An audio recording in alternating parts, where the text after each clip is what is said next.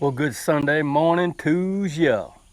It's Dan. I want to welcome you to my home in the sticks. Lord of mercy, I hope everybody is having a sure enough good Sunday, and I hope everybody is having a good weekend. But I'm here to tell you, y'all, it is hotter than two mice fornicating in a wool sock here in East Central Mississippi. It's about 0800 my time, and it's in the high 90s already. But what I wanted to make mention of, if you are new to the channel, I want to welcome you.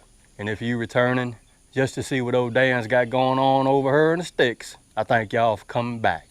But what I wanted to share with you and y'all today is we finna get out of this heat. We're gonna get off in this shop. My peppers are starting to make, so you know what?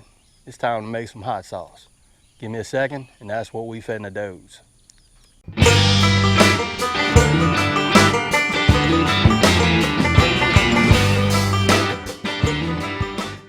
All right, brothers and sisters, let's get down with making some hot sauce. What I'm gonna say is last year I made a cold fermented hot sauce where it just sits in the refrigerator and it gets its little bit of ferment on and you just eat it at will.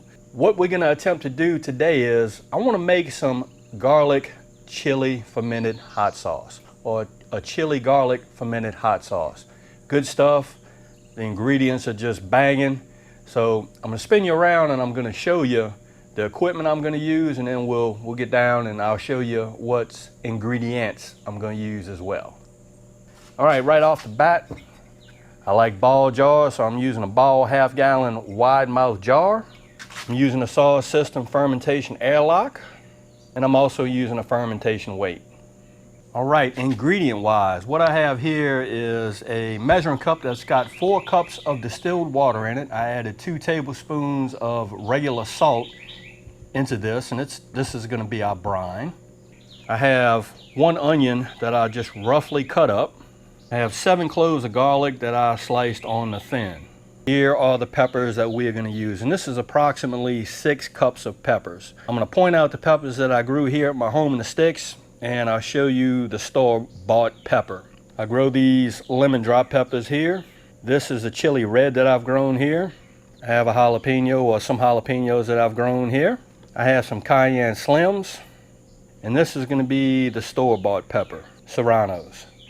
And I bought maybe a half a pound of these at the local grocery store. Okay, Dan, you out your mind? Some of those are some hot peppers? Yes, they are. These are all warm peppers in my opinion. But this recipe calls for just chilies. Anything that you can buy locally at the store, this is what you can make this hot sauce with. And that's what we're going to do.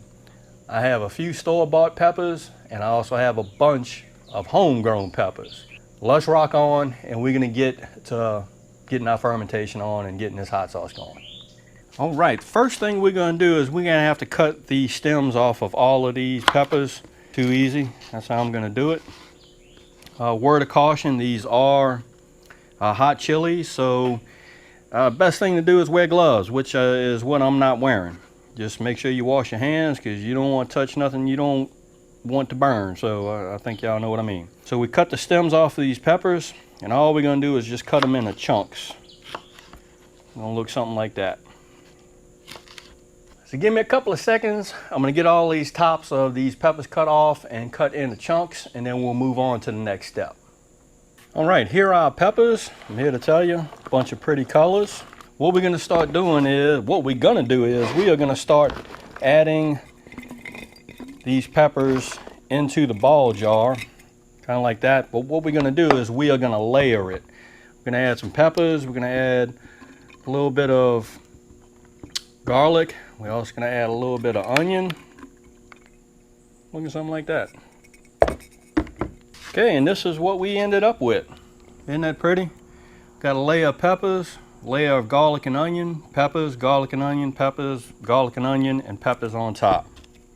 Last thing we're gonna do is we're gonna take our fermentation weight. We're gonna set it right down on top of everything. And we're gonna start adding our brine into here.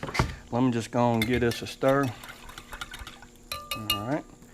And let's start adding our brine to the jar. And that's what it's looking like from the top. Sorry about the light, y'all. I know the light sucks in my shop. We're gonna add our airlock back onto this mason jar. Let me just give this a wipe. We're gonna add our airlock on. The thing left to do is add a little bit of water to it. I got distilled water right here. We'll just add that to it. Put our lid on top. We good to go.